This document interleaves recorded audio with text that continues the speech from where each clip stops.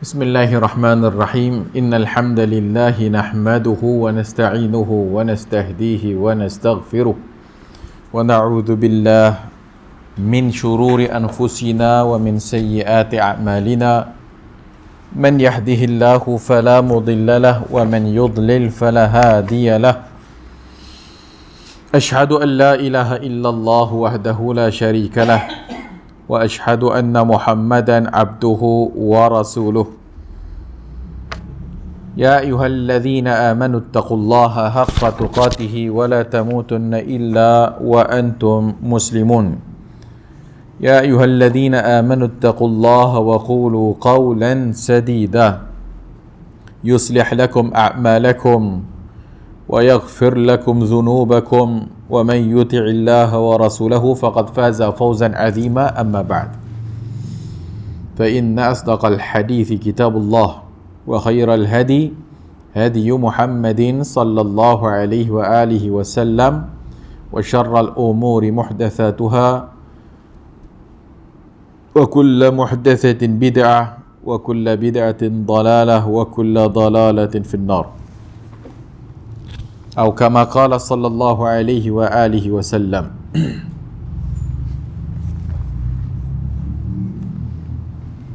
Tersambung apa yang disebut oleh Al-Imam Al-Humaidi yang lalu.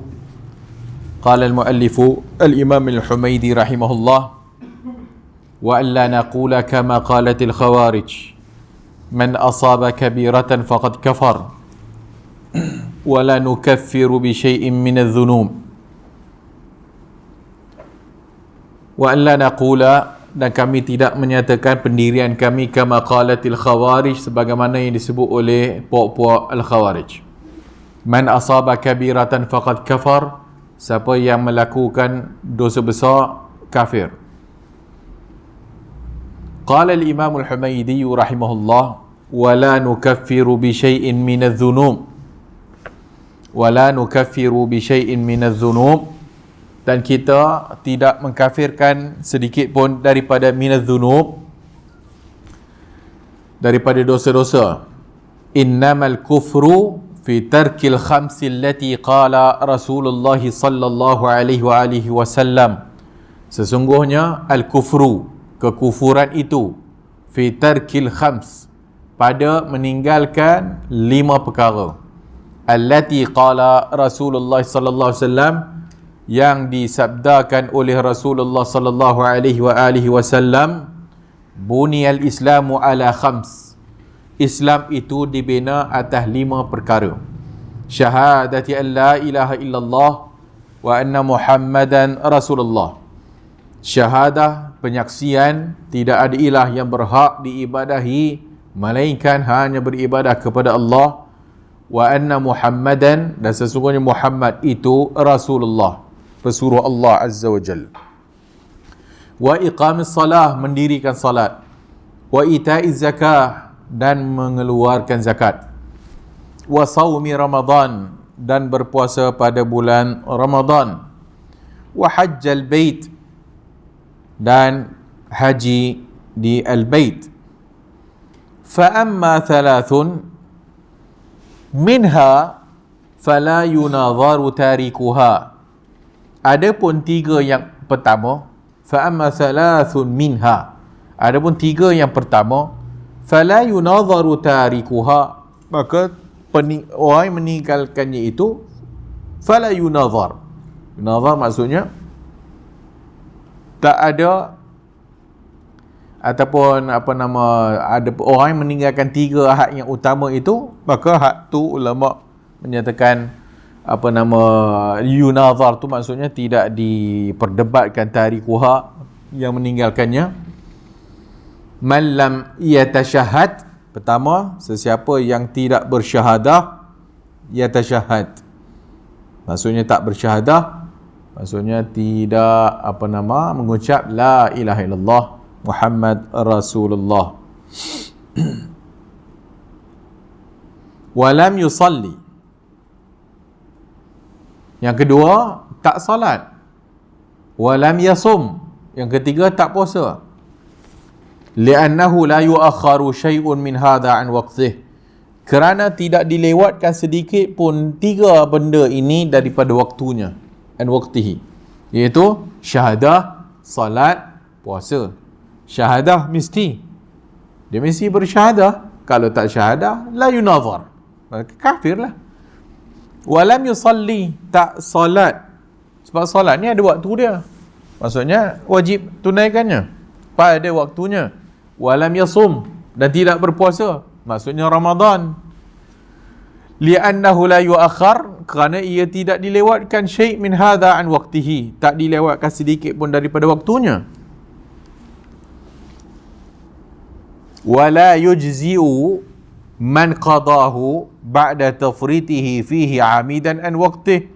Wala yujzi' man qadahu, dan tidak diterima orang yang qadanya ba'da tafritihi, lepas daripada kelalaiannya, kecuaiannya, fihi padanya, amidan an waqtihi, secara sengaja daripada waktunya. Fa amma zakatu famata ma addaha ajza'an anhu. Adapun zakat, famata addaha, maka bila saja dia tunaikannya, ajza'an anhu, maka diterima. Wa kana athiman fil habs, dan dia berdosa jika tidak mengeluarkan zakat. Wa ammal hajju, adapun haji, faman wajaba alaihi, siapa yang wajib atasnya, wa wajada sabili ilaihi, dan ada kemampuan untuk pergi menunaikannya, wajaba alaih, wajib atasnya.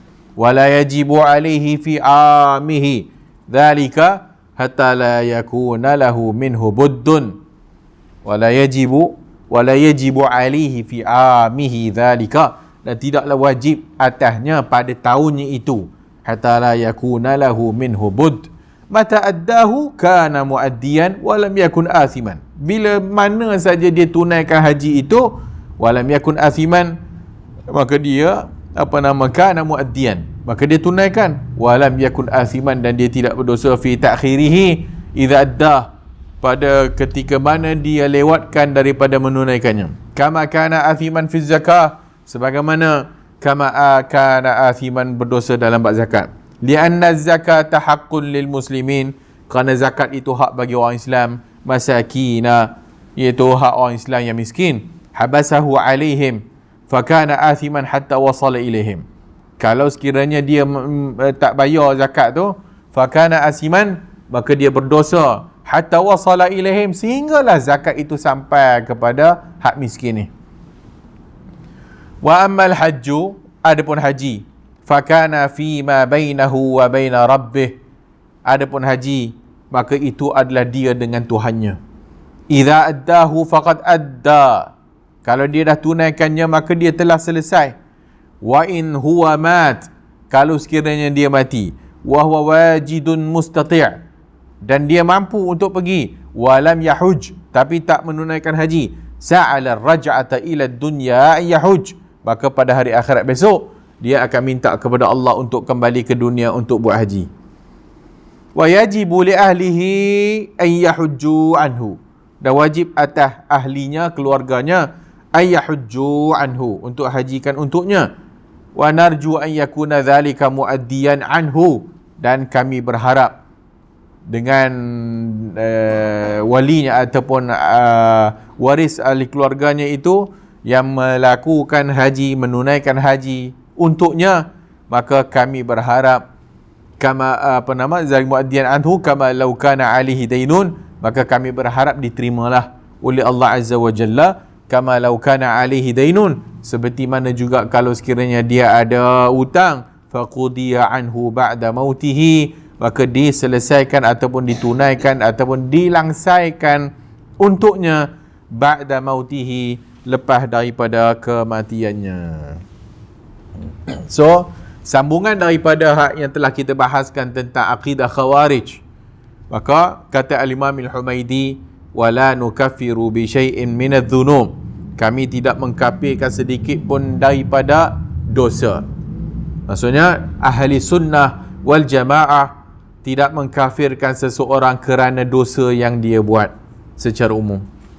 Innamal kufru ada pun kekufuran itu jika sekiranya dia meninggalkan rukun Islam yang 5. Kalau dia tinggal rukun Islam yang 5, dan al-kufru, maka kufur kat situ.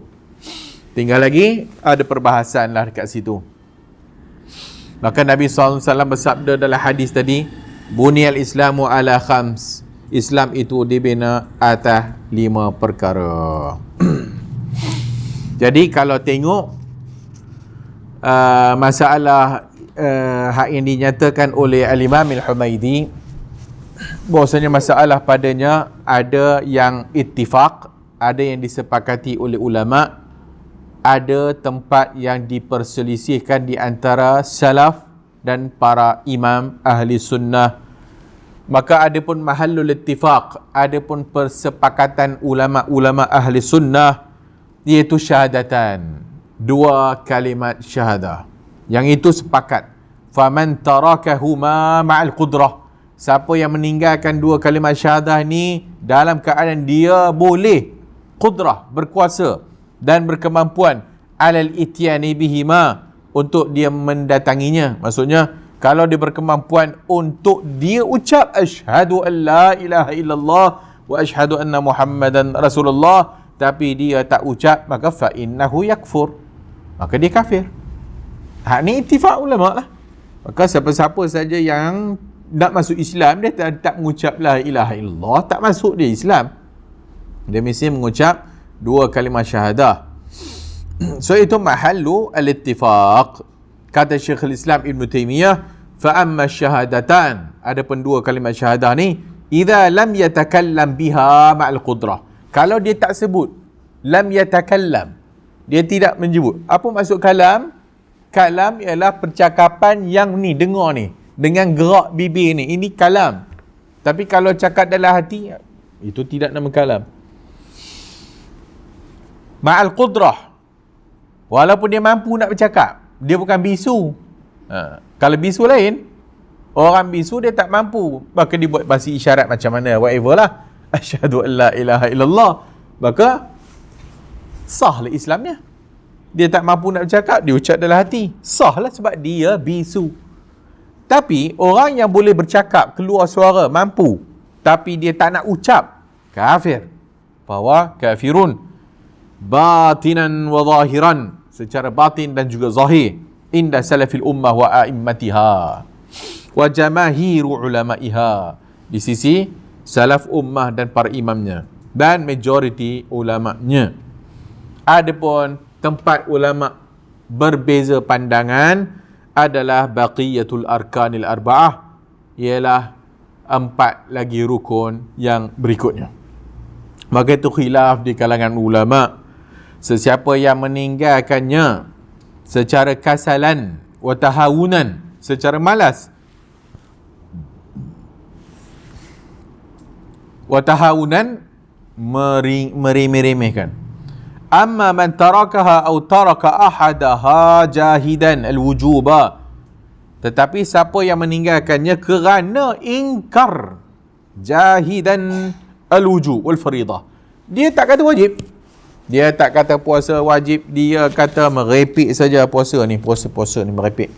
Ataupun dia kata zakat itu mana wajib, zakat itu zaman Nabi boleh lah, dan Nabi wafat kira tak ada zakat lah.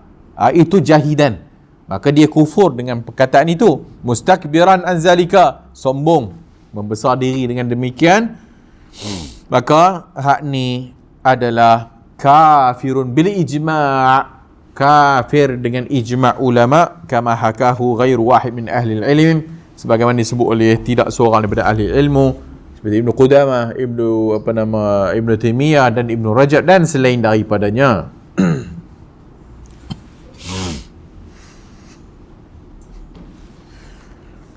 Wa kama qult thammata syartun dzakarahu wa nassa alaihi ahlul ilm fi takfiri man jahada, wa huwa anna hadzal hukm fi man nasha'a bainal muslimin wa khalatahum. Tapi ada perincian sikit. Kalau sekiranya orang ini menyatakan dalam masalah mengkafirkan orang yang jahada, orang yang ingkar ni, tapi kalau sekiranya dia itu membesar dalam komuniti orang Islam. Dia membesar dalam komuniti orang Islam, duduk dalam negara Islam, bercampur gaul dengan orang Islam. Maka orang yang seumpama ini, kalau sekiranya dia itu tak buat ataupun dalam masalah mengkafirkan dalam bab jahadah ni, maka orang ini tak ada maaf bagimu lah. Duduk dalam negara Islam, TV ni setiap kali azan 5 waktu ada, radio azan 5 kali ada, ustaz punya bercambah-cambah ustaz hak ceramah tentang agama Islam, duduk pula dengan orang Islam, sekolah pula dengan sekolah Islam, tiba-tiba dia kata solat tak wajib. Ataupun dia kata solat 5 waktu wajib ke? Lah, aku ingat kan tak wajib. Ni tak ada keuzuran dalam kejahilan bab ni. Wa amma in kana nasha'a fi badiyatin qasiyatin minal muslimin. Tapi kalau sekiranya dia itu membesar, hidup, tumbuh dalam komuniti hutan belantara, hutan banat, duduk dalam tak ada komuniti Islam, baru masuk Islam, ataupun dia masuk Islam tapi sekeliling-sekelalang ni tu tak ada pun orang Islam. Nak tahu tentang Islam pun jenuh. Untuk tahu hakam hukum, maka itu ada problem. Maka orang yang seumpama ini yu'dharu hatta ya'rifa wujubuh alaih. Maka dia ini ada uzur. Maka dia ada keuzuran sehinggalah dia mengetahui kewajipannya. Fa in aba wa asarra kana kafiran. Tapi lepas ada orang bagi tahu dia dan sebagainya, dia tetap tak mau buat juga, maka kafirlah. Fal qawlu bi takfiril jahid al-itlaq min ghairi dhikri hadzal qaid qaulun fihi naqsun.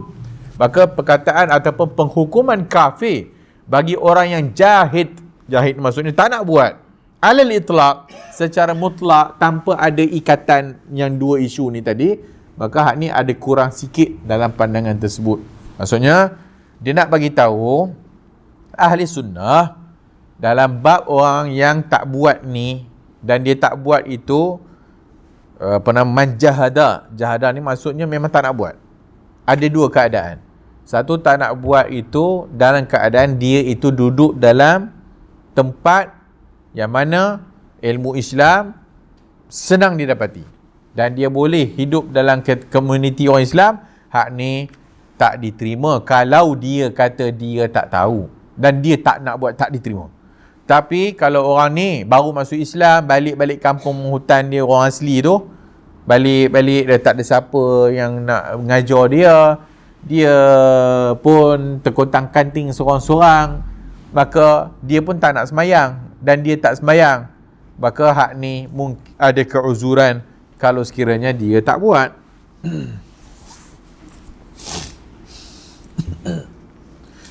Maka kata Ibn Qudamah ni, siapa yang meninggalkan solat, hukum meninggalkan solat ni tidak ada khilaf di kalangan ulama pada hukum kafirnya itu siapa yang meninggalnya kerana menyatakan ianya tak wajib, ingkar.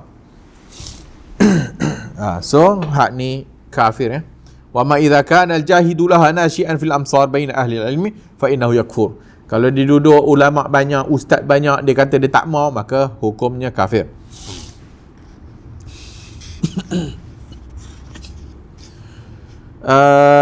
Tentang masalah solat ni lagi, dia sebut tadi dalam teks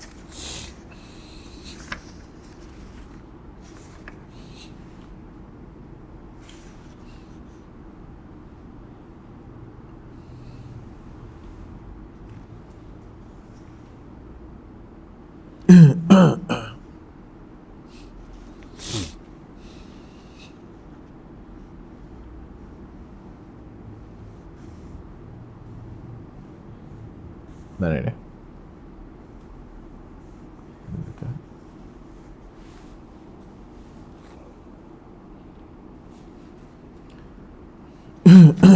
Oh, hak ni syarah ulama tentang masalah meninggalkan solat ni.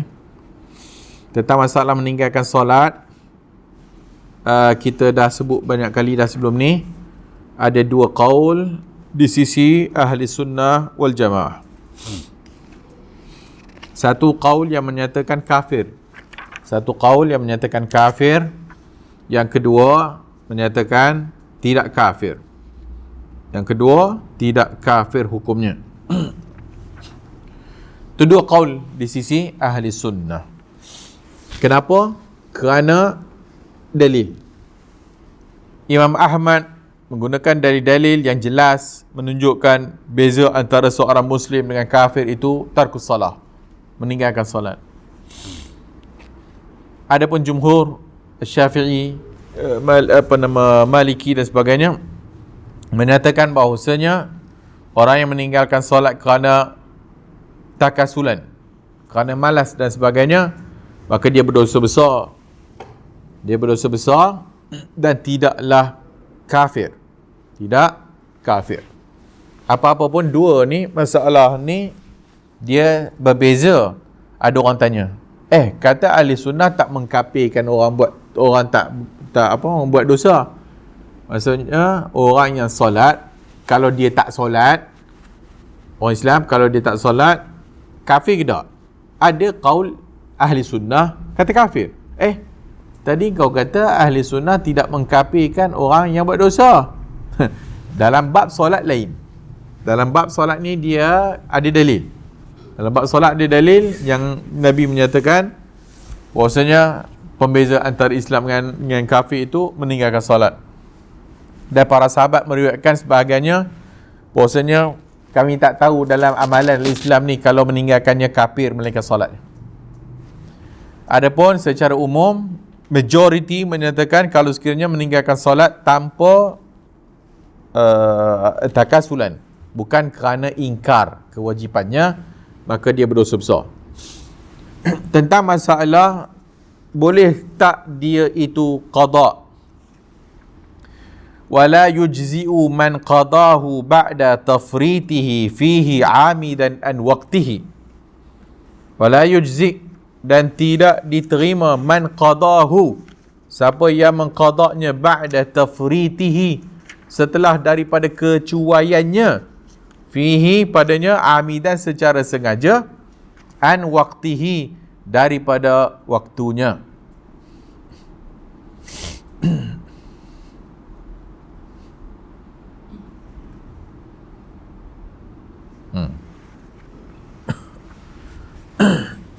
So, dia kata tidak diterima orang yang qadanya lepas meninggalkannya secara amidan daripada waktunya.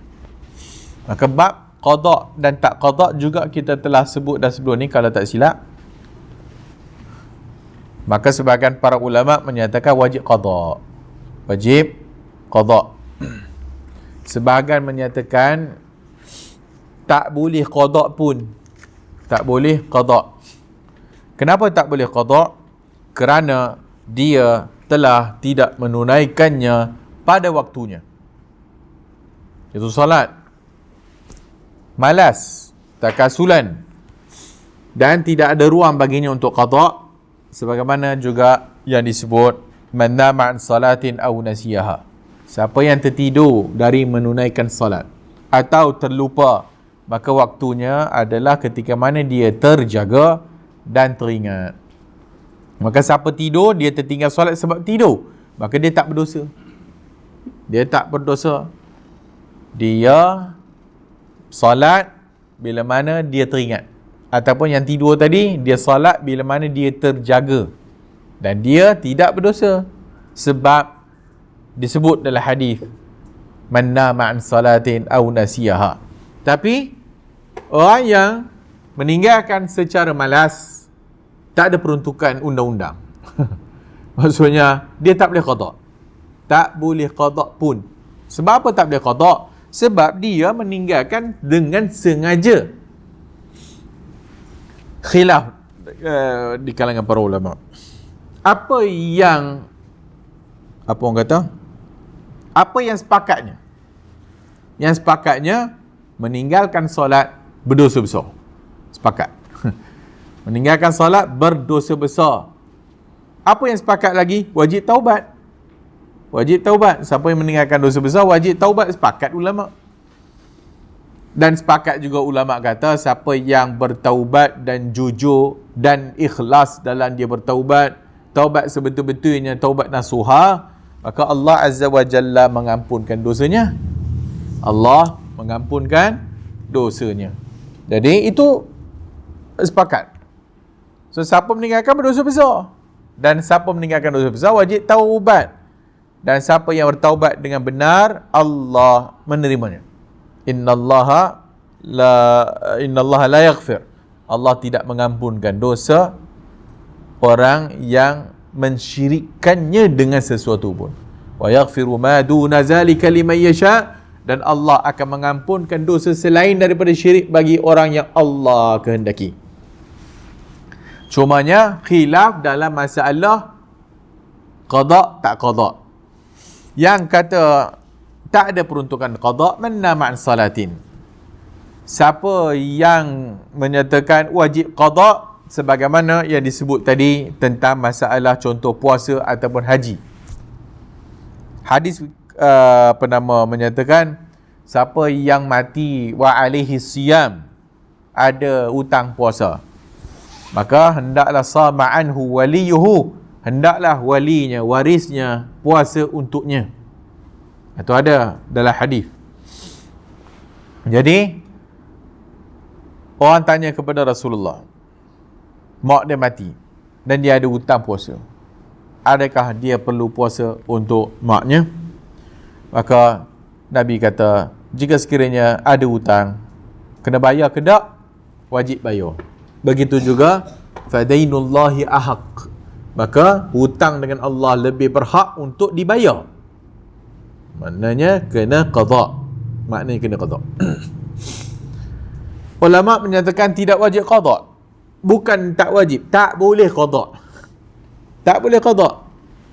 Kerana Allah sebut dalam Quran setelah menyebutkan tentang golongan-golongan yang dipuji oleh Allah mengikut para nabi dan para rasul. Kemudian datang khalfun min ba'dihim, datang satu golongan lepas daripada mereka itu, khalfun adha'us salah, suatu kumpulan orang ataupun suatu generasi, khalfun adha'us salah, yang mencuaikan salat, wattaba'us syahawat, dan mengikut syahwat, fasawfa yalqawna ghayya, maka orang-orang ini akan sesat. Illa man taba wa amana wa amila salihan, melainkan kalau dia bertaubat, beriman dan beramal salih. Illa man taba wa amana wa amila salihan ulaika yadkhuluna al-jannah, maka mereka itu akan masuk syurga. Maka ayat Al-Quran tu kata satu kelompok yang mencuaikan salat, adha'us salah, mengikut syahwat, maka mereka ni sesat. Melainkan kalau mereka itu taubat. Melainkan kalau mereka itu taubat dan beriman kepada Allah dan beramal salih, maka mereka ini Allah ampunkan dan Allah akan masukkan mereka dalam syurga Allah Azza wa Jalla. Kerana mereka telah pun bertaubat daripada dosa yang telah mereka lakukan, maka ayat itu jelas menunjukkan bahawasanya orang yang mencuaikan salat, maka dia wajib taubat kepada Allah Azza wa Jalla dan perbanyakkan amalan soleh. Dan banyakkan amalan soleh. Daripada umur 15 tahun tak sembahyang, sampai umur 55 tahun pencen baru nak sembahyang. Ustaz, saya ni dulu berdosa banyak lah Ustaz, jangan dikenang lah dosa. Oh cik, solat lagilah. Saya balik pun 15 tahun, tak ingat dah balik berapa umur, dah 15 kot. Sampai sekarang barulah terasa dosanya saya nak solat. Maka Ustaz tu berkata, boleh taubatlah, tapi kena qada. Berapa banyak nak kena qada? Ambil kalkulator.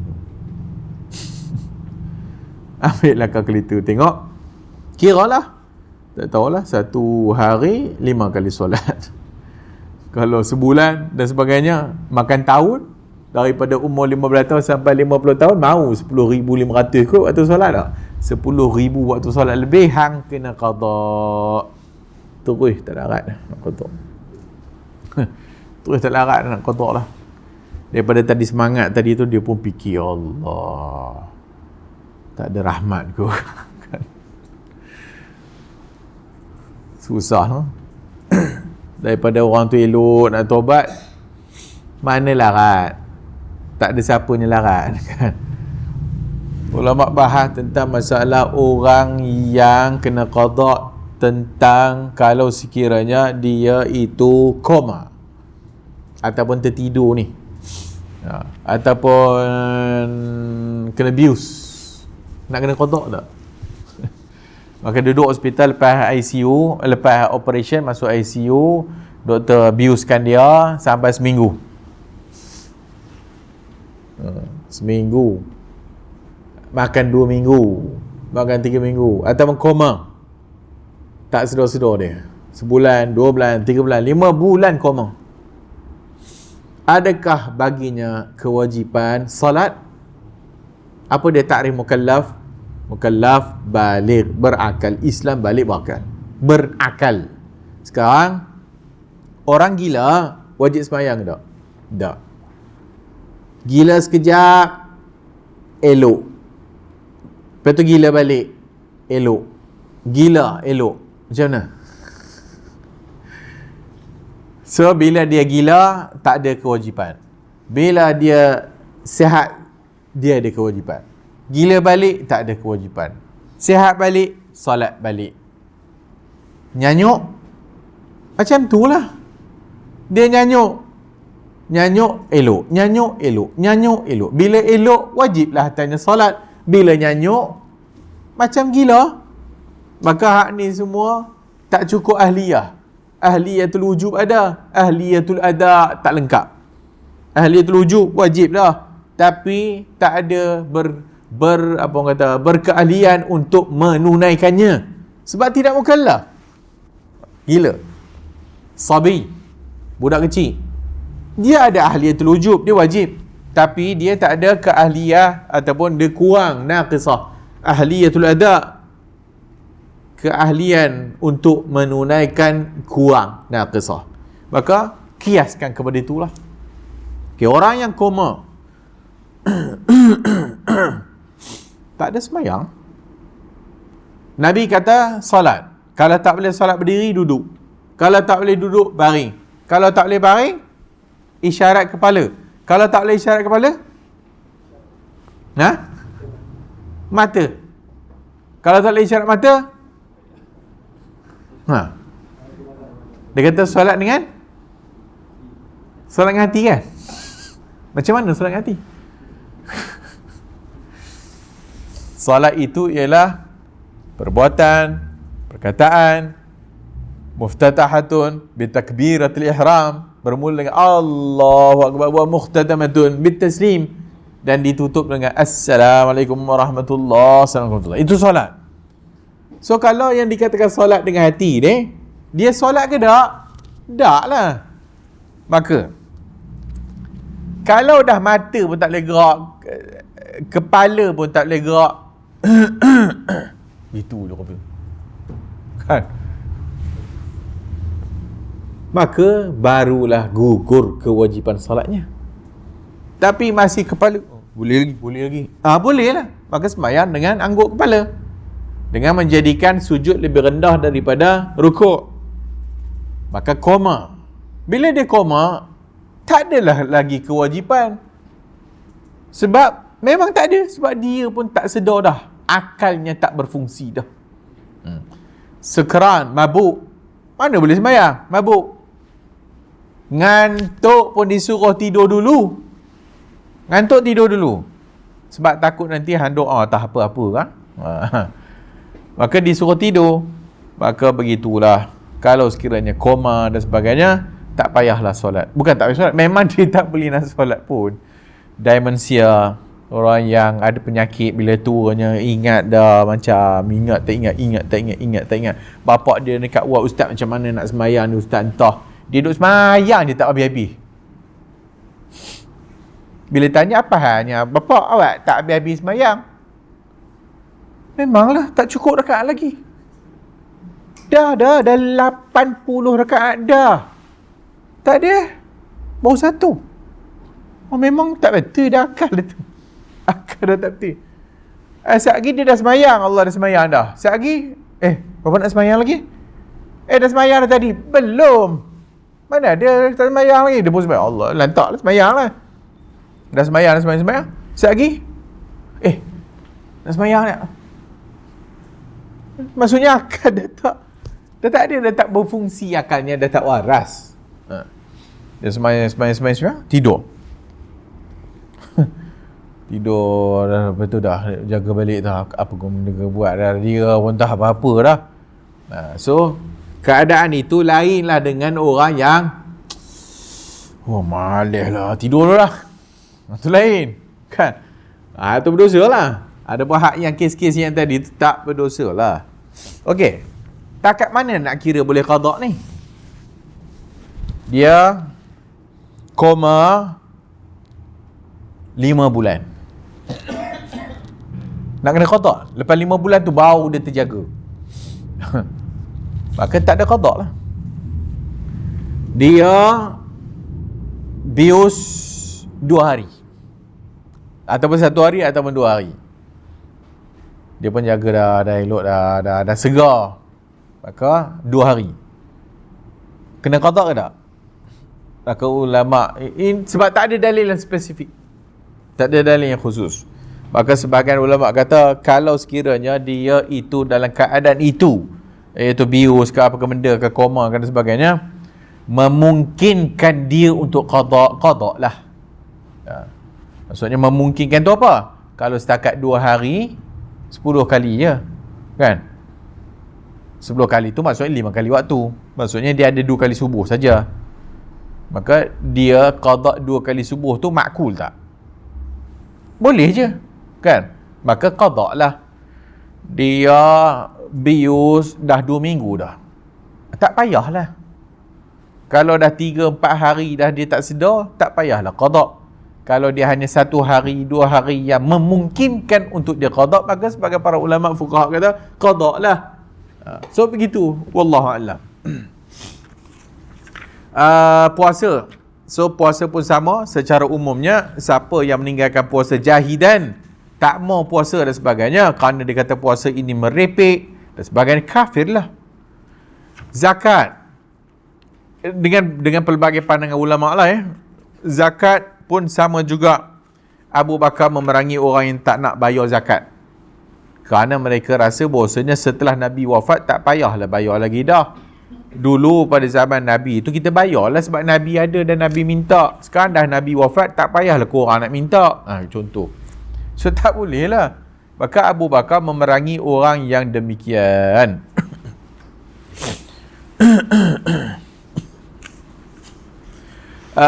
Zakat berbeza sikit dengan puasa yang tadi tu. Maka zakat ini boleh, selagi mana dia walaupun dia belum bayar, dia boleh melewatkan sikit. Dan boleh tak bayar zakat awal daripada nisab? Boleh juga. Belum sampai lagi dia dah keluarkan dulu siap-siap. Boleh. Kalau dia nak lewatkan sikit, so dia ada 5 ekor unta, maka zakatnya seekor kambing. Tapi dia nak tangguh dulu sebab kambing tak ada lagi. Maka dia boleh tangguh dulu. Lepas dah dibayar seekor kambing tu, maka selesailah. Sama je macam orang yang tak bayar zakat, kemudian baru teringat, dia lupa. So bayarlah bila-bila pun. Ataupun dia dah terlepas time bayar zakat, ataupun dia dah cukup dah nisab dia tu, dan cukup haul, tapi duk tangguh. Dan tangguh tu mungkinlah disebabkan beberapa isu dan sebagainya, boleh baginya untuk tangguh. Kalau sekiranya dia tak mau menahan hartanya daripada tak bayar zakat, berdosa lah. Hak ni berdosa. Sebab tu dalam satu hadis Nabi SAW, Nabi menyatakan bahawasanya man a'taha mu'tajiran, siapa yang keluarkan zakat nak mengharapkan pahala daripada Allah, maka dia akan mendapat pahala. Falahu ajruh. Wa man mana'aha, siapa yang menahannya tak mau bayar, wa man mana'aha fa inna akhidhuha, sesungguhnya kami akan merampasnya. Fa inna akhizuha wa syatra malihi, dan separuh dari hartanya. Dan separuh daripada hartanya. Azmatan min azamati rabbina, sebagai suatu balasan yang berat daripada Tuhan kami. Maka berdasarkan hadis tu, hadis Abu Daud dan sebagainya, ulama khilaf tentang faham hadis ni. Sebagai ulama kata hadis ni mansukh, sebab siapa yang tak nak bayar zakat, maka pemerintah boleh ambil akhizuha plus dengan ambil separuh dari hartanya. Ulama bahas, sebab dalam hajjatul wada' Nabi kata inna amwalakum wa dima'akum haramun alaikum ka hurmati yaumikum hadha wa fi baladikum hadha wa fi syarikum hadha.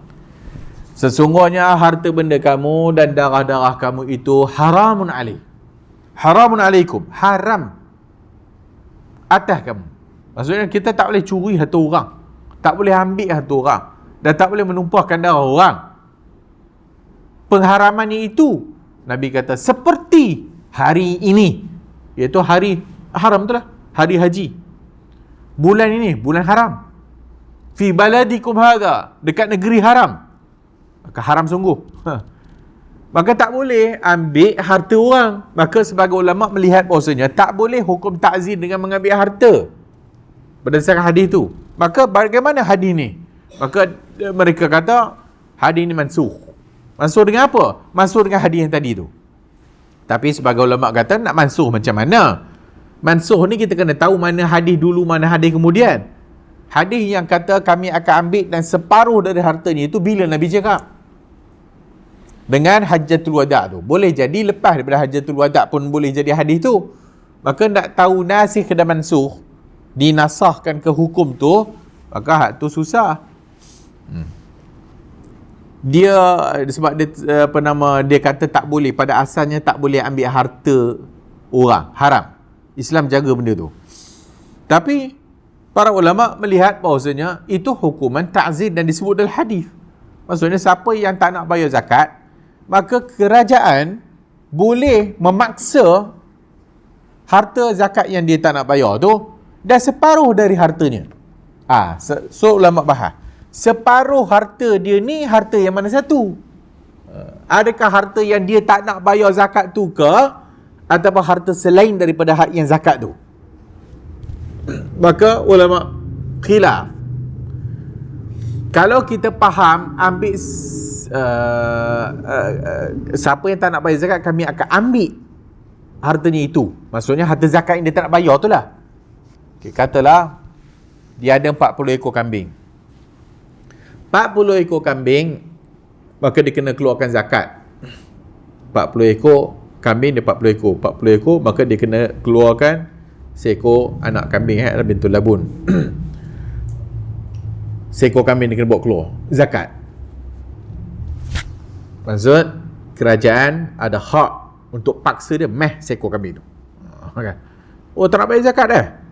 Polis pergi, bawa polis pula, ambil seekor kambing dia, plus dengan separuh lagi harta dia. Okay, so dia ada kambing 40 ekor. Maksudnya nisab 40 ekor. Dia kena bayar seekor kambing.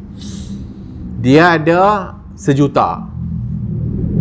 Maka dia ambil seekor kambing plus 500,000.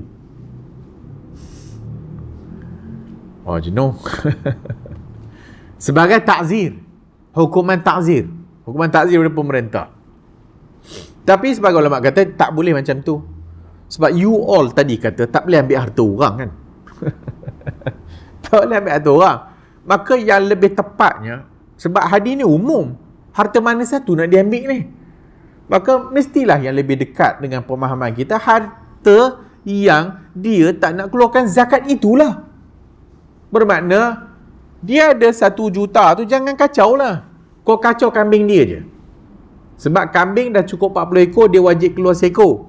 Plus Maksudnya dia kena bayar 21 ekor.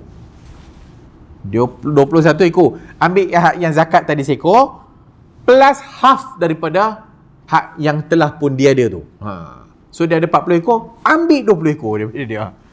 Hak tu lebih makul, dah hak tu lebih bagus lah. Tapi kalau kerajaan kata no. Harta zakat kita akan ambil juga ikut yang zakat punya ni lah. Tapi kau kena bayar denda.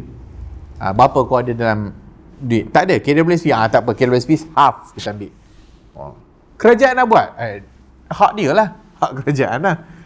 So maksudnya dia nak bagi tahu bahawa beratnya dosa hak tak bayar zakat ni ataupun dendanya itu ta'zir.